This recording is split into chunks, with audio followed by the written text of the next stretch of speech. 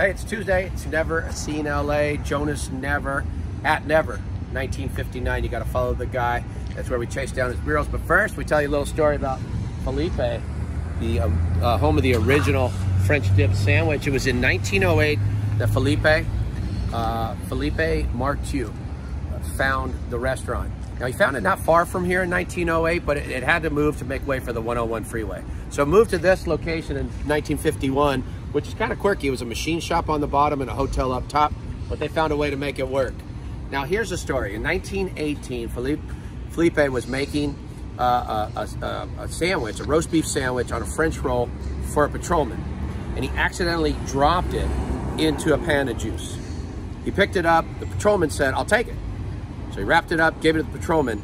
The next day, the patrolman came back in with a bunch of his buddies and said, "We want more of those dipped sandwiches." Now, why it was called the French dip, whether it was because it was on a French roll or Philippe was French, we don't know. That nugget's lost to history, but we do know it's the home of the original French dip sandwich, and if you haven't been there, you gotta go there. It's one of the great spots in LA to eat.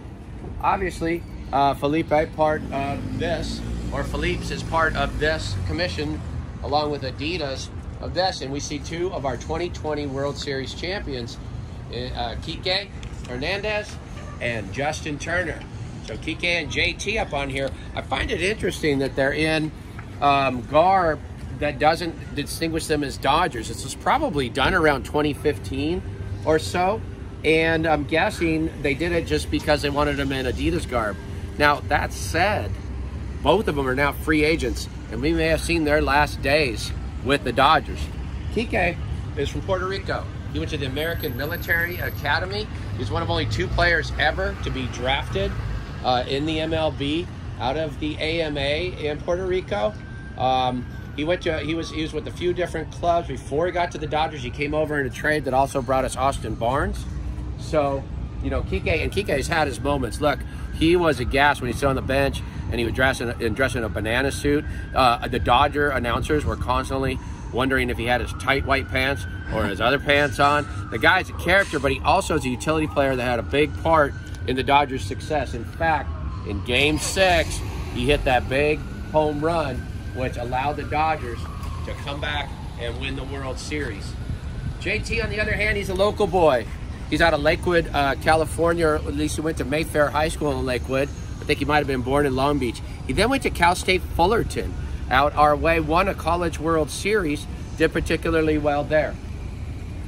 JT was originally drafted and came up in the Reds organization, and then the New York Mets kind of misused him and let him go. And here's the interesting thing. It was one of the Dodgers scouts and coaches, his name is Tim Wallach, who saw JT at a Cal State Fullerton alumni game.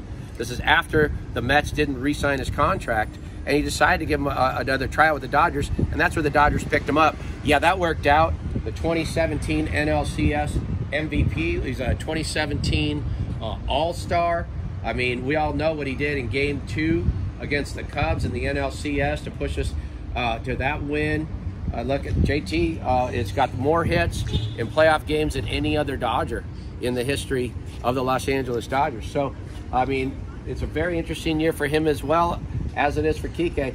Both are free agents. Now, I want to say one other thing about JT. He took a lot of heat because he was diagnosed with COVID at the end of Game 6 when the Dodgers clinched the World Series, and they came back out to celebrate with his teammates. I think we can all understand that may have been an air of excitement, right? He'd been with his teammates. But you should know this about JT. He was the Dodgers Roberto Clemente Award nominee each year for his charitable contributions. He also was the winner of the Roy Campanella Award for a similar spirit of citizenship. He's had a day in his honor in LA for his charitable foundation, which is the Justin Turner Foundation, which serves homeless veterans, children that are displaced, and also supports baseball programs.